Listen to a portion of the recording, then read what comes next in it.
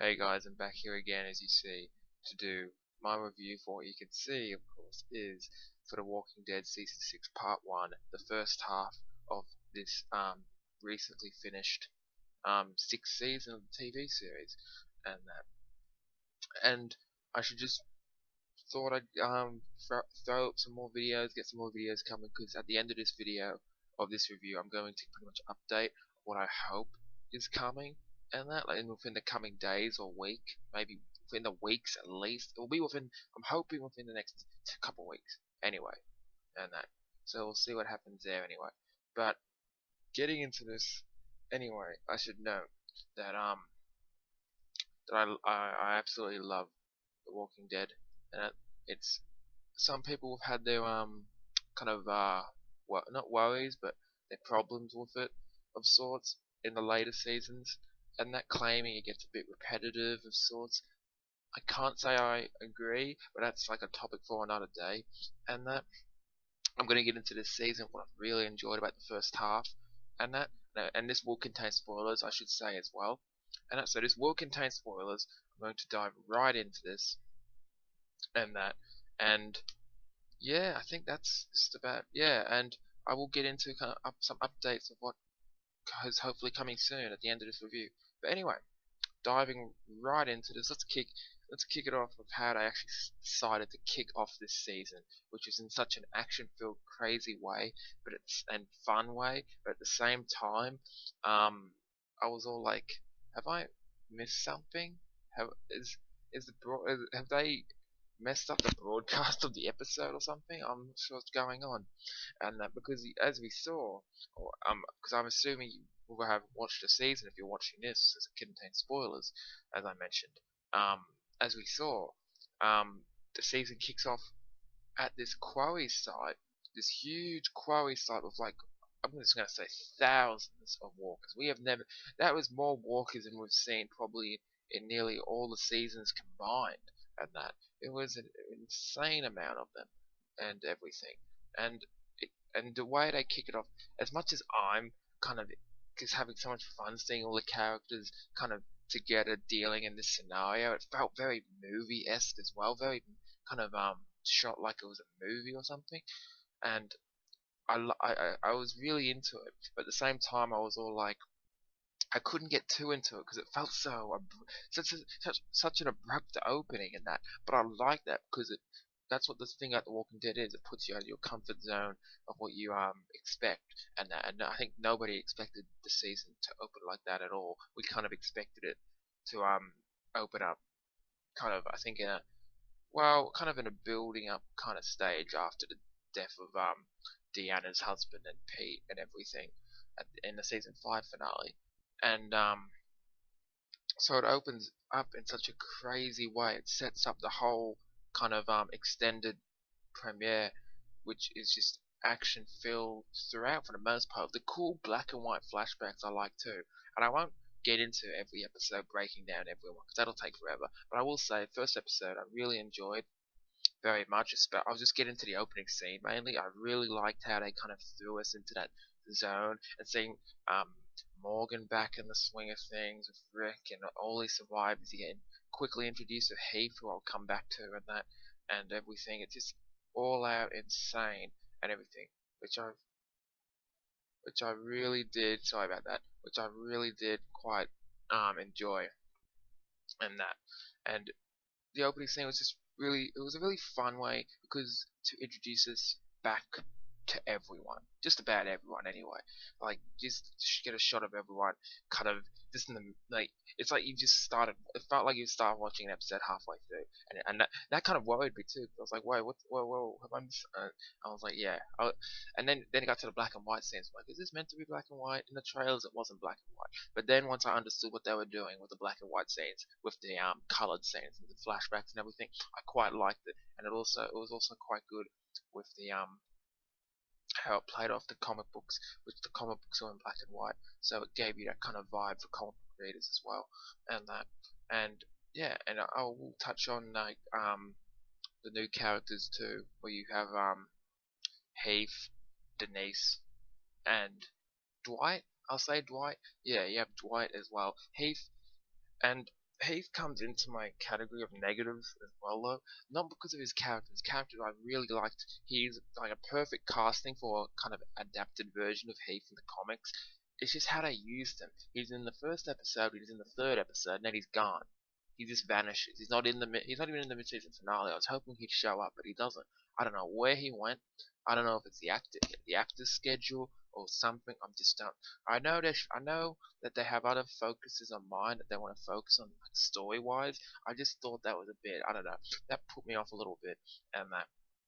But overall, the new character of Heath is really good, and I hope we see a lot more of him in the second half. I want to see much more of Heath, and I'm sure we will. I'm hopeful that we will, and that. Other than Heath, you have Denise. I like Denise. I don't like.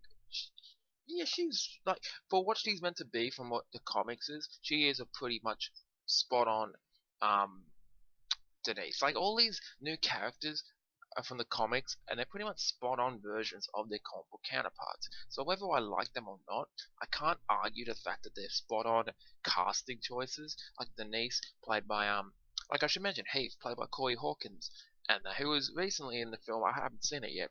He was recently in Straight Outta Compton, the movie, and he's also going to be in the new King Kong film, Kong Skull Island.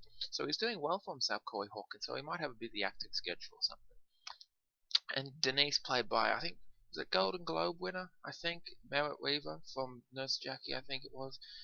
Yeah, she plays Denise in this. She does a very, very well done job. I can't say I really like her character, but that's only because, like, yeah, she's not a bad character. It's just that she hasn't done a ton to really have a say or anything. And like, you know what I mean? And Dwight, played by Austin Amelia, I believe. Um, he does a well done job as well. I quite like the actor they got for Dwight, and that whole episode revolving around Dwight. And I like how they it, I like how we kind of are starting to learn about Dwight prior to his, like, I won't get really into too much comic book spoilers and that, but prior to something happening to him in the comics, and so we're kind of seeing him before we meet him in the comics and that, so we get to learn more about him. And I do quite like that and everything, and I can't wait to see actually where they take his character. Or I have an idea where they're taking his character. I'm just very excited to see how they do it on the TV show and everything, and yeah, in live action form. And yeah, outside that, you have the return. Like, he's not a new character, but I will say the return of Morgan as an actual. He's his first season on the show as a series regular. He's in about, what is it? Ooh, one. Miscounting now. Three. He's at about 4 or 5 episodes in the first half. Yeah, about 4 or 5 episodes, I believe. Um, and really, it's so damn good to have Lenny James back. Lenny James as Morgan, he is just an outstanding talent. Lenny James is, and I know some people didn't like the episode, but I thought the episode "He Is Not Here," the flashback episode of Morgan, with how he learned about how he went from that man, just that kind of crazed man, and everything, that kind of, yeah, who lost his wife and his son and everything, and how he went from that to pretty much doing like meeting Eastman, and how he changed and everything. And that was such a wonderful, uplifting episode and story. And I can understand why fans didn't like it with where the episode is placed and what it came after. So I can understand fans getting a little frustrated, I guess. But I myself really enjoyed the story of Morgan. But I can also understand fans who are disappointed that Morgan is the kind of badass that they want him to be and everything, because he's turned into, like, he doesn't want to kill people. But I think it makes sense for his character, for where he was and to where he is now. I just think if he were gonna be healed from what he was, I think not killing helps him, and I kind of like that aspect of him, even though he's done some pretty silly things in the first half and that and everything, which I'll come back to. And rushing to this, well, not rushing through it, but getting to this more, because we're going on 10 minutes. I've only done some of it. The Quarry mission, I mentioned in the opening scene, and the Quarry mission kind of goes on throughout the first. whole first half. Just I'll say to at least 6 episodes. The quarry mission goes on for about 6 episodes at least, because you have the first 3 episodes. Actually, the second episode isn't really much of the quarry mission, to be fair, but the quarry mission stuff ends at about episode 6 or episode about 5 or 6, because Rick escapes a horde at the start of episode 5. But then episode 6 you have Dowell and Abraham and Sasha leave the horde, and that, so it's about they start to leave them around then and everything. If you get what I'm saying, and so that actually lasts longer than I thought it might have, and that also comes to the what could be a negative for some people was Dowell didn't get much screen time in the first half. Now, like I know a lot of people love Dowell. Dowell's not particularly my favorite character, but I do quite like him. I do quite like his character. He's really good, played well by Norman Reedus, and it was interesting. Like we only got the one big episode with him where he was in the burnt out forest with Dwight, and how they stole his Dwight and that Sherry stole his crossbow and motorcycle and everything. And besides that, Dale didn't get a lot of screen time in the first half, which is fine by me. And that I was, but it's not fine. Like that's fine with me, but it wasn't too fine with me to the fact of how they kind of used Heath and even Aaron in the first half of this season and everything. It's yeah, I don't know where they went. I don't know. Yeah, at least we had an idea of where Dale was. I don't know where Heath or Aaron went, and that. And yeah, and out of the quarry mission, the other big story arc in the first half, which going on, was the Wolves attack, which eventually, with both of these kind of well, the Wolves didn't really influence it that much, but the Wolf, like, yeah, like the Wolves kind of attack, which in episode 2 is probably my favorite episode of the season so far. JSS, that might be my favorite episode of the season, and that I'm not too sure. Still, um, yeah, I think it is the strongest, and then the weakest being episode 5 now, because like wasn't much going on that was interesting in that, honestly, and that. But the Wolves attack was very, very intense, very brutal. One of the most brutal, bloody sequences we've seen on the show, with them just charging. They were actually scary, and their facial expressions of how they acted around it, they were actually scary. And then you had the Glenn.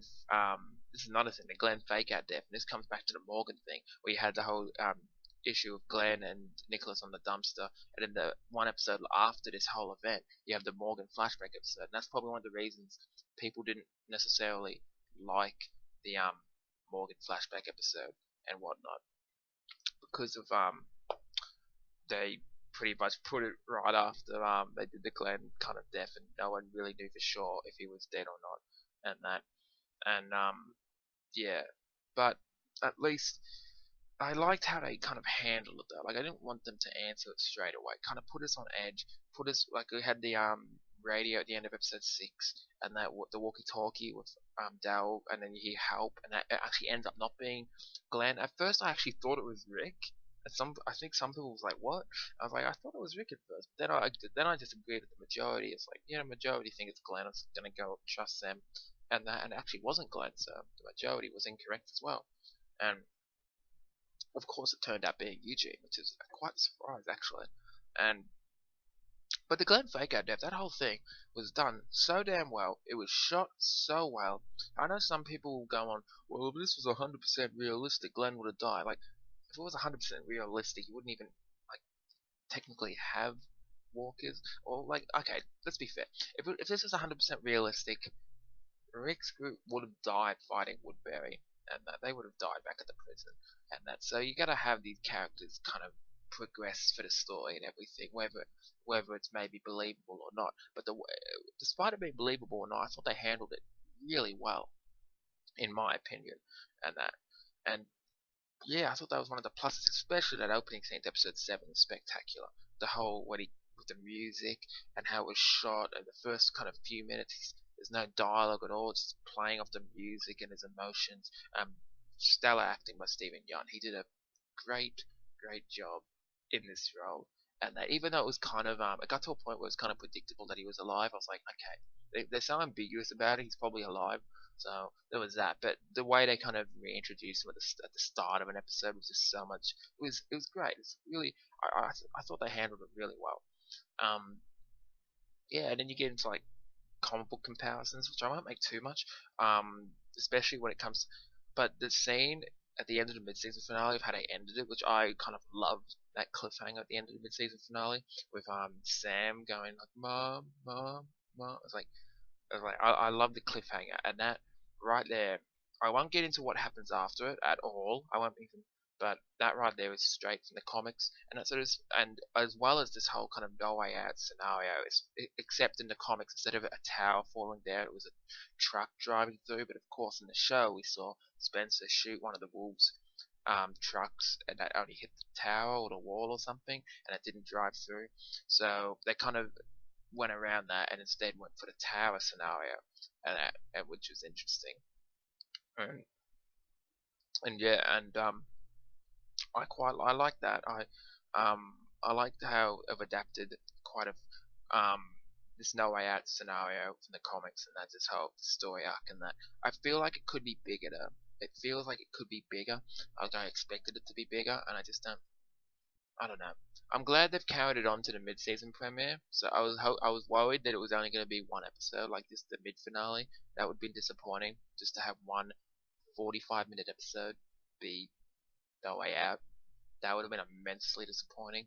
But they are carrying it on to the mid-season premiere. Who knows? They could carry it on to one episode after that as well. It could be a 3 episode arc. I hope it's 3 or 4.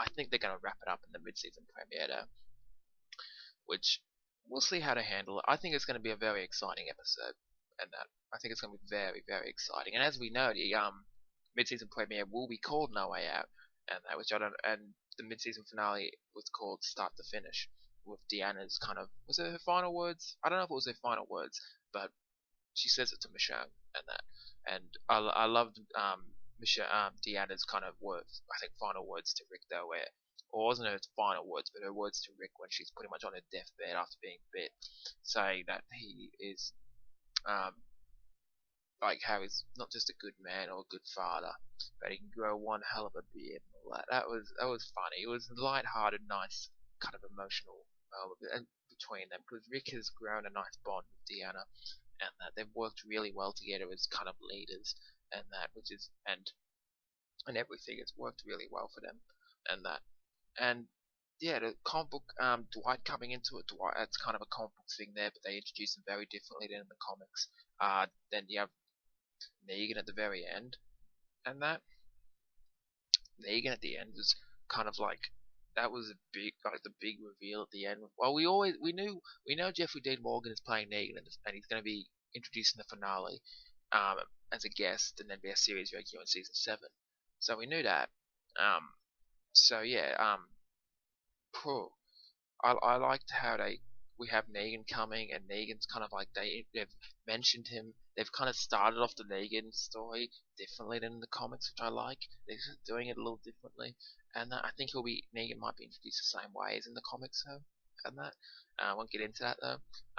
Yeah, what else do I want to mention? I mentioned Negan is on the horizon. I can't wait for that. Who's in the? I was gonna mention who's in the right, Morgan or Cal.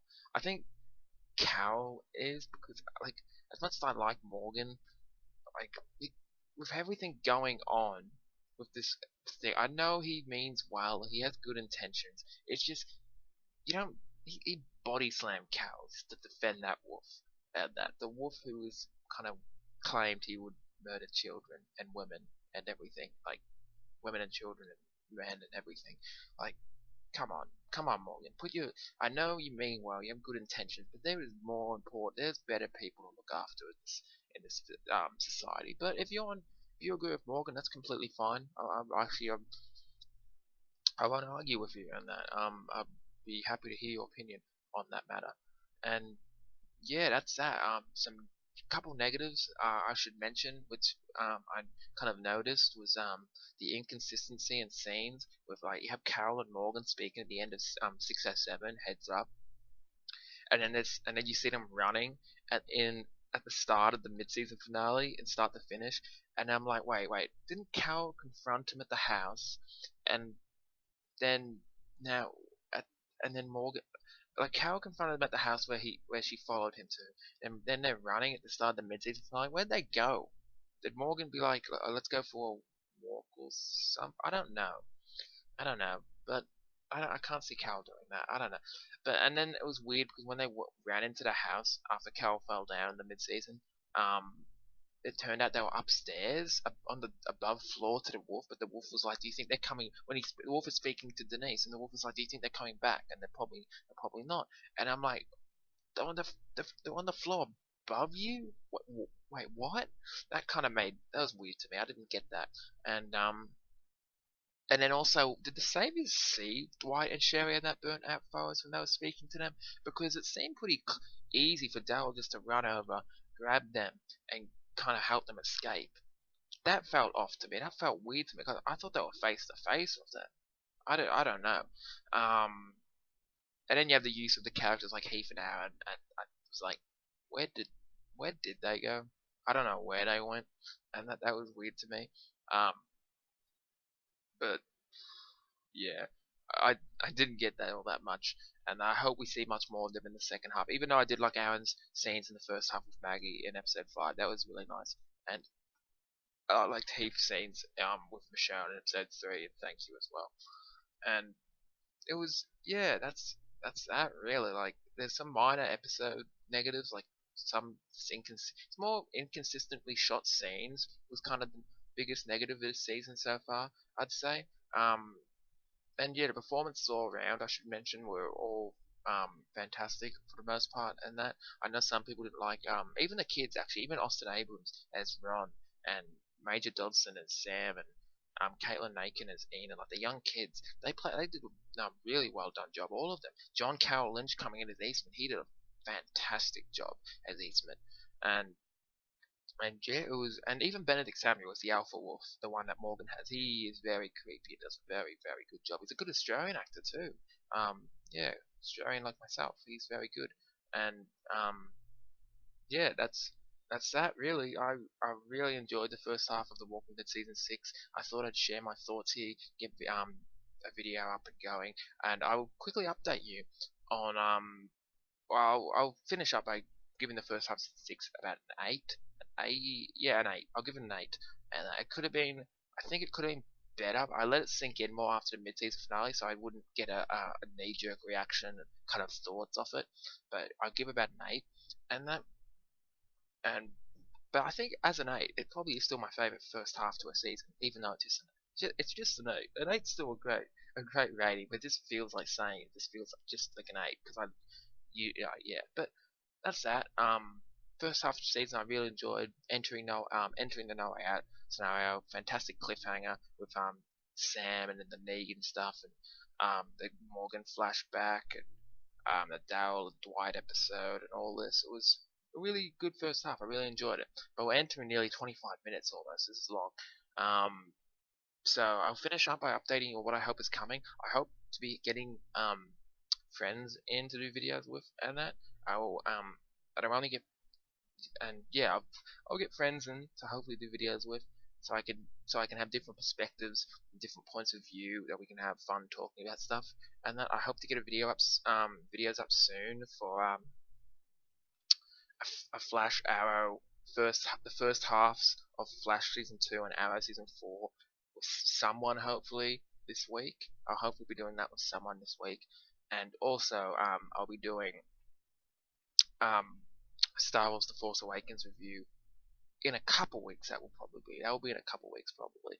That will be of someone I aim to be. And then this week maybe I'll be doing reviews for not reviews, but well, I'll be doing reviews myself. But these are videos with people I'll probably be doing with I'll have a Jessica Jones review myself coming up hopefully soon, and as well as that I will be doing kind of kind of kind of discussion type videos with a friend about like he like probably maybe like a Godzilla type video, like something of the sort. Like he loves with the whole Toho Godzilla Resurgence film coming out next year. He wants to talk about that, which sounds really kind of cool. He loves he has a very strong knowledge of Godzilla and everything, and he would love to talk about it. And I would love to kind of learn more from him as I'm talking to him because I really don't know a ton.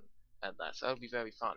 And as well as that, we'll be kind of sharing our thoughts on a James Bond movie idea, maybe. Of just having fun with that. Just see, that's what this channel is. It's just kind of sharing fun ideas and doing reviews of sorts and everything. And I'll try and get friends in to do my Flash Arrow review and Force Awakens review and maybe other reviews. Who knows? Who knows what happens? But as for that, guys, thanks for listening. And yeah, I'll see you in the next video. Hopefully, see when that happens. But yeah, thanks for listening, guys.